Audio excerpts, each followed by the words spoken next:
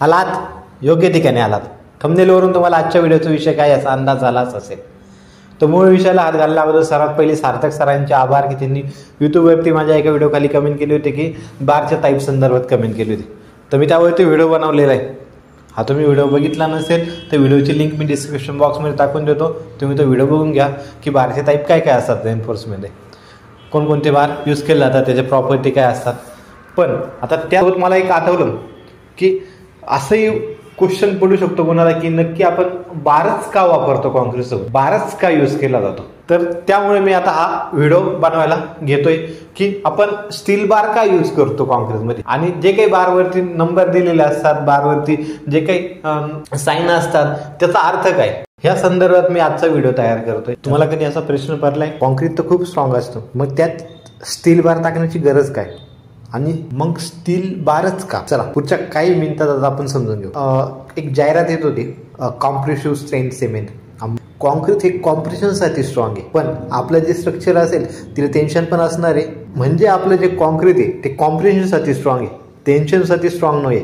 मग टेन्शनसाठी स्ट्रॉंग असणारं मटेरियल आपल्याला तिथे यूज करावं लागेल, कारण की आपल्याला कॉम्प्रेशन आणि टेन्शन दोन्ही गोष्टी सांभाळून मेंबर उभा करायचा आहे. कॉम्प्रेशन पण रेजिस्ट झालं पाहिजे आणि टेन्शन पण रेजिस्ट झालं पाहिजे. आणि कॉम्प्रेशनसाठी पण स्ट्रॉंग मेंबर लागेल आणि टेन्शनसाठी पण स्ट्रॉंग मेंबर, म्हणजे असा मेंबर लागेल आपल्याला तो कॉम्प्रेशन पण घेऊ शकेल आणि टेन्शन पण घेऊ शकेल. पण आपलं जे कॉन्क्रीट आहे फक्त कॉम्प्रेशनसाठी स्ट्रॉंग आहे, टेन्शनसाठी ते वीक आहे. मग टेन्शनसाठी काय स्ट्रॉंग आहे तर जे आपले बार असतात त्या बारची टेन्साईल स्ट्रेंथ खूप जास्त आहे, त्यामुळेच आपण त्यामध्ये स्टील बार यूज करतो. कारण प्रश्न येतो स्टील बारच यूज का केला जातो, दुसरे मटेरियल चालले असते किंवा स्टीलपेक्षाही खूप सारे मटेरियल आहे ज्यांची स्ट्रेंथ स्टीलपेक्षाही जास्त आहे, स्टीलच का यूज केलं जातं याचे सर्वात मेन कारण हे आहे की आणि कॉन्क्रीट दोघांचं थर्मल एक्सपेन्शन रेट जवळजवळ सेम असतो. म्हणजे दोन्ही गरम झाल्यानंतर सेम एक्सपांड होतात आणि स्टीलची टेन्साईल स्ट्रेंथ खूप हाय असते आणि स्टील कॉन्क्रीटच्या सोबत चांगली बॉन्डिंग बनवतो. म्हणूनच कॉन्क्रीट कॉम्प्रेशन स्ट्रेंथ चे काम सांभाळून घेतो आणि स्टील बार टेन्साईल स्ट्रेंथचे काम सांभाळून घेतो. दोन्ही मिळून एक परफेक्ट टीमवर्क बनवते आणि त्यांच्या टीमला आपण म्हणतो रेनफोर्स सिमेंट कॉन्क्रीट म्हणजेच RCC. समजलं तुम्हाला आता, कारण की आपलं जे कॉन्क्रीट आहे ते कॉम्प्रेशनसाठी स्ट्रॉंग आहे आणि जे आपलं स्टील आहे, जे आपण स्टील बार यूज करतो ते टेन्शनसाठी स्ट्रॉंग आहे. म्हणजे टेन्शनचं काम कोण बघतं, तुमचे स्टील बार बघतात, आणि कॉम्प्रेशनचं काम कोण बघतं, कॉन्क्रीट बघतं.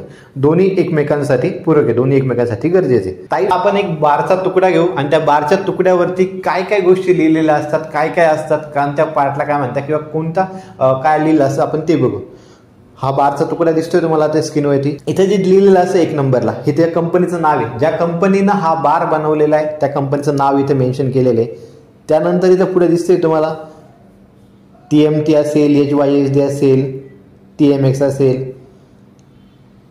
हे काय की तुमचा कोणत्या टाईपचा बार आहे. आता आपण बघितलं टाईप ऑफ स्टील रेनफोर्समेंट बार, 5 टाईपचे आपण बार बघितले, 5 टाईपचे स्टील रेनफोर्समेंट बार असतात.